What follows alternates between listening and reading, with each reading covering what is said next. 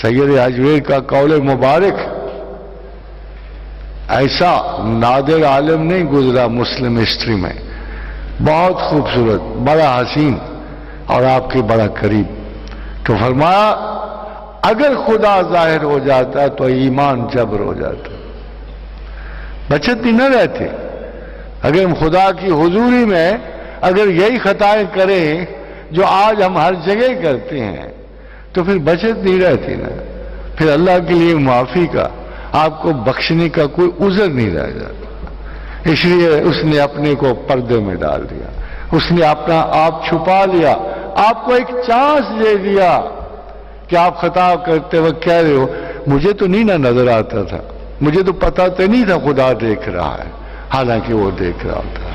تو ایک چانس، ایک برات کا ایڈوانٹیج دے دیا آپ کو، ایک توبہ کی گنجائش دے دیا آپ کو کہ ٹھیک ہے میں تمہارا یہ عذر قبول کروں گا کہ تم مجھے اتنے قریب سے تو نہیں نہ جانتے تھے، اور تمہارا ایمان ابھی اتنا پختہ تو نہیں تھا کہ تم اپنی درون ذات ہر ایک چیز کا احتساب میرے حوالے سے کرو.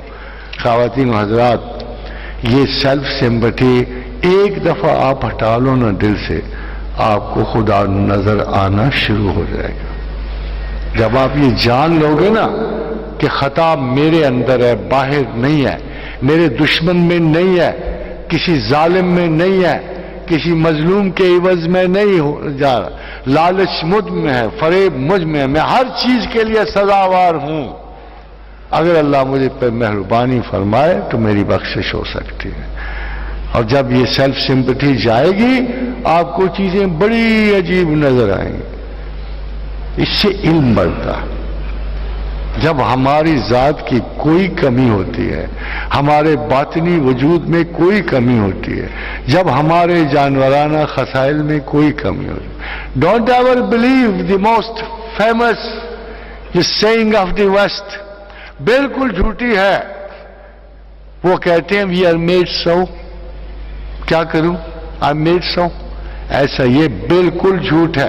وی آر ناٹ میڈ سو، ہم ایسے بنے ہوئے نہیں ہیں جیسے ہم بنائے جاتے ہیں.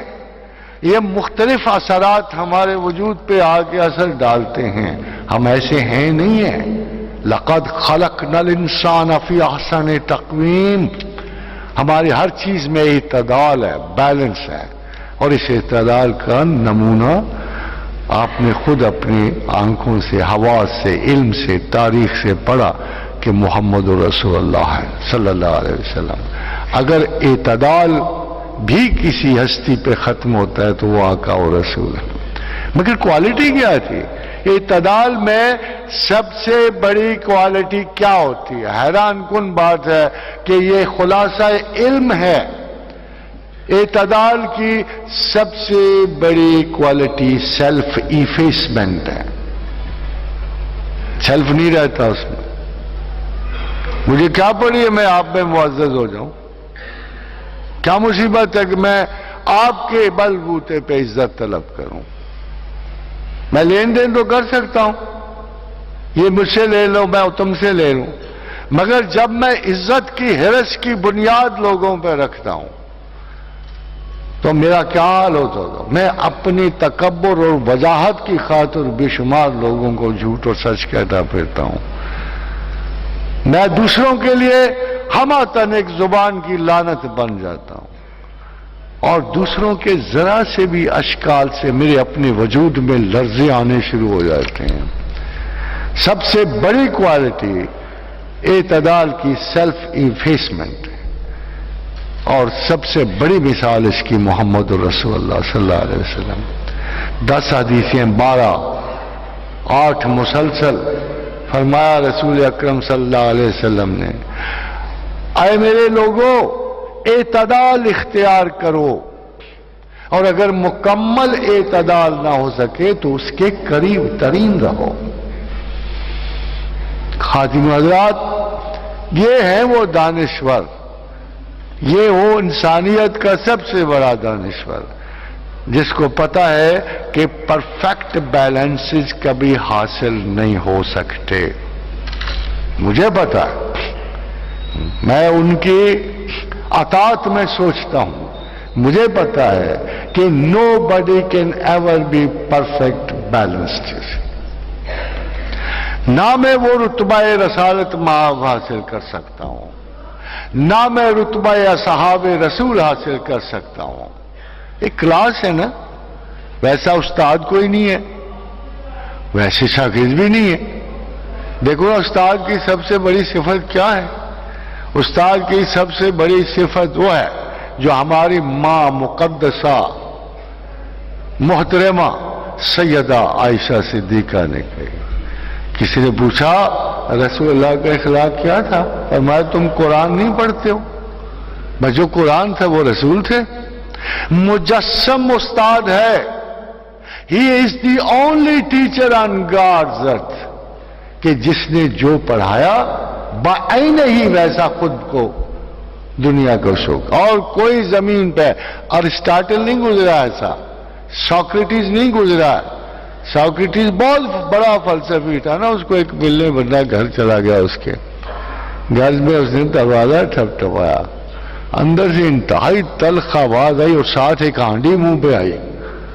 وہ بیچارہ لتھڑا ہوا نا، اسے بڑا پریشان ہوا، اس نے کہ یہ میرے ساتھ کیا ہوا؟